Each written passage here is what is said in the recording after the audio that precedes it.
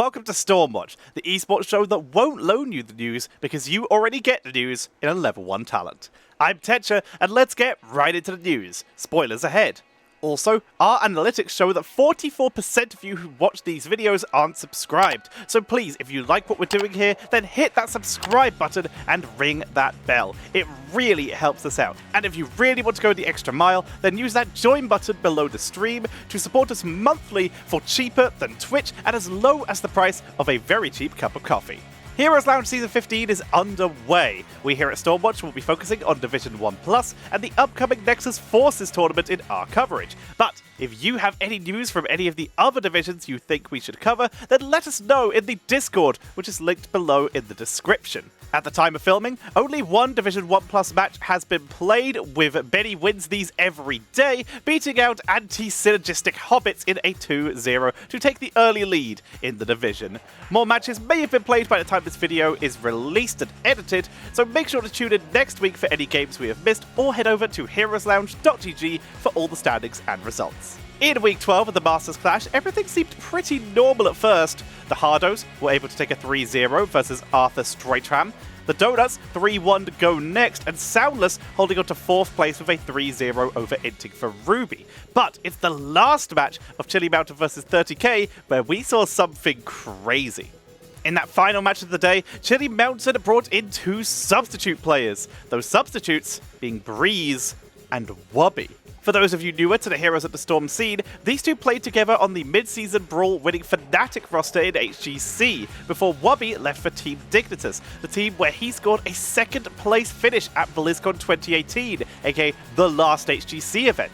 They have shown up a couple times since in cups like Method Mayhem, but it has been a while since we have seen them. They haven't seemed to have lost their step though, as Chili Mountain, who were in 5th place, were able to take a 3-2 over 30k, knocking 30k down from 1st place into 2nd place behind the Hardos. It was a pleasure to see Breeze and Wubby playing again, so be sure to check out our community poll to see if you think they might consider returning for a full-time stint, or maybe part-time, playing in tournaments like Masters Clash more often. We also send a huge congratulations to the Icy Veins Masters Clash Championship for picking up Monster Energy as a sponsor.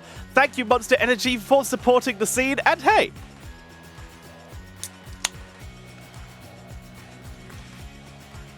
my DMs are open. Dreamhack Beyond had its first qualifier, and in case you missed it, both Jixiecat and I were brought on as casters for the event alongside our good friend and absolute legend, Crowan. Thank you everyone who showed us love and support. In the first qualifier, we had our first 2 qualified teams, with Stock, which was the CCL Onyx roster under a different name. When asked why they were going by Stock, they responded with memes. Stock qualified in 2nd place after being beaten by CCL champion Simplicity, who qualify with 1st seed for the Dreamhack Beyond playoffs in July. The next qualifier is on May 28th, with sign-ups open now, link in the description. And for VODs, you can check out twitch.tv/Dreamhack_Clash. There were a couple upsets this week in CCL. Between Masters Clash and their match versus Oxygen Esports, it was a good week to be a Chili Mountain fan, who won a series 2 weeks faster than they did last season, taking a 3-0. It was also a good week to be a Simplicity fan, as they won both the Dreamhack Qualifier and their match versus Storm Esports in a 3-2. And in the Sunday games, Onyx kept their bumper week going with a 3-2 win over Wildheart Esports. They were also the only team this week able to win a match against the absolute bird Medivh. In the last series, 30k took a 3-0 to confirm their place at the top of the table as the only team without a loss so far. The table now looks like this. Next week, the 2nd and 3rd place teams will go against each other, with Wildheart Esports versus Storm Esports. Chili Mountain will see if they can keep their reversal of fortune going versus the #1 team 30k.